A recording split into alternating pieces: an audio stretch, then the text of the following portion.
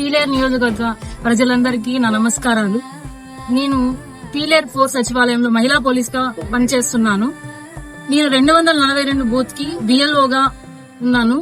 ఇక్కడ పీలేరు నియోజకవర్గ ప్రజలందరికీ నా విజ్ఞప్తి ఏమంటే, చాలా మందికి ఈ ఓటర్స్ యొక్క ఇన్యూమరేషన్ ఫామ్స్ ఎలా ఫిల్ చేయాలి అనేది చాలా మందికి తెలియడం లేదు. ఇన్యూమరేషన్ ఫామ్ ఎలా ఫిల్ చేయాలో అవగాహన లేని వాళ్ళకి నేను 2 పాయింట్స్ చెప్తాను, వినండి. 2002లో ఓటు హక్కు ఉన్న వాళ్ళు ఈ లెఫ్ట్ సైడ్ వాళ్ళ పేరు, ఓటర్ 2000 కార్డులో ఎలా ఉంటే అలా వాళ్ళ ఓటర్ నెంబరు, బంధువు పేరు, బంధుత్వము, జిల్లా నేము, నియోజకవర్గం నెంబరు, పోలింగ్ బూత్ నెంబరు.